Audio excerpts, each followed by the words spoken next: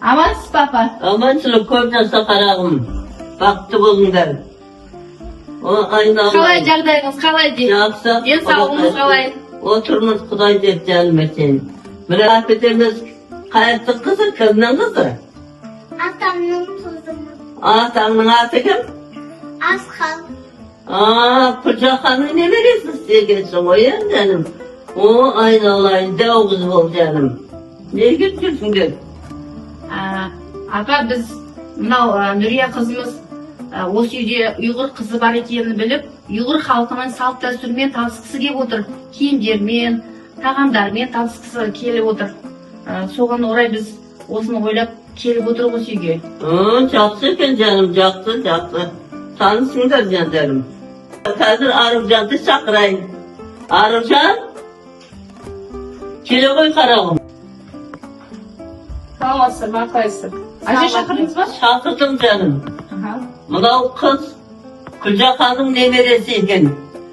Мынау ұйғыр халқының салт дәстүрін білуге, сен ұйғыр халқының қыз екенін біліп, соны салт дәстүрін білуге келіпті. Мен саған өзіміздің ұлттық киімімізді көрсетейін, кезінде мен де ертеңгілікке сен сияқты киген болатынмын.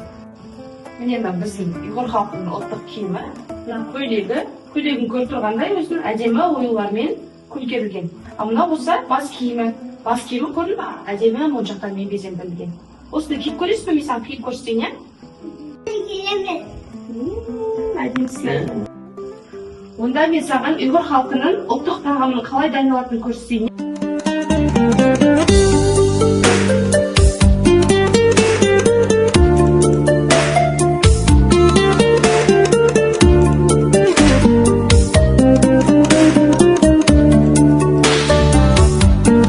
Еркем, сен қандай балабақшаға барып жүрсің? Kendin balabaqsıға. Қандай топтасың? Қарамастым. Міне енді қазір ұйғыр халқының ұлттық шайын дайындайтын боламыз. Бұл әткен шай деп аталады. Шаңырақ берекенің, бірліктің, ұрпақ жалғастығының белгісі. Қазақ халқында келін үйдің көркі деген дана сөз бар.